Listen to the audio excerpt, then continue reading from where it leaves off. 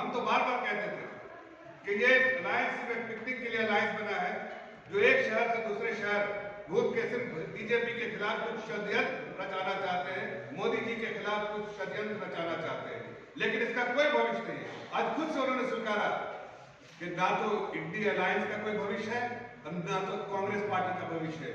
बड़े बड़े कांग्रेस के विद्वान नेता आज बात को स्वीकार करते हैं कि भारतीय जनता पार्टी एक फॉर्मेडेबल ऑर्गेनाइजेशन है जो देश हित में, जनता के हित में, समाज हित में और सब जो है देश हित में काम करती है।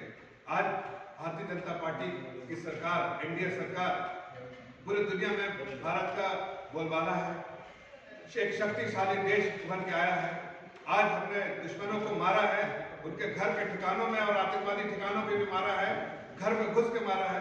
ये शक्तिशाली देश सिर्फ एक ऐसी लीडरशिप की वजह से हुई है जो आदरणीय प्रधानमंत्री जी ने पॉलिटिकल विल और लीडरशिप जो हमारे सेनाओं को दिया है, बहादुर सेनाओं को दिया है। लेकिन इंडिया अलायंस इस पे भी कुछ न कुछ राजनीति करती है। चिदम्बरम जी पहले इकोनॉमी के बारे में बात करते थे, अब चुप्पी लगाए रखते हैं।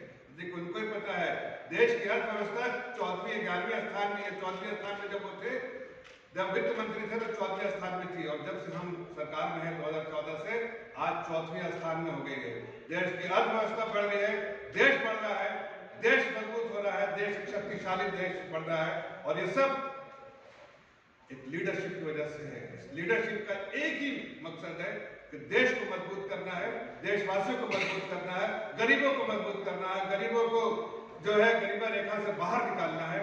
और वही चिदम्बरम जी और वो पूरा गठबंधिया जो गठबंधिया अलायंस है, उसका एक ही मकसद था, कैसे सरकार को कटघरे में खड़ा करो।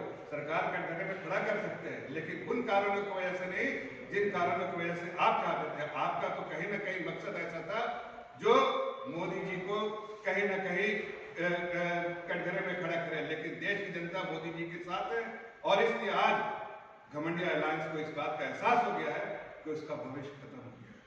साथ साथ कांग्रेस पार्टी को भी इस बात का एहसास हो गया इसका कोई भविष्य नहीं है। 2029 और आगे आने वाले 50 साल तक एनडीए की सरकार रहेगी और देश आगे बढ़ेगा और देश मजबूत बनेगा। देश शक्तिशाली देश से बढ़ रहा है और आगे बढ़ रहा है। धन्यवाद। एक और चीज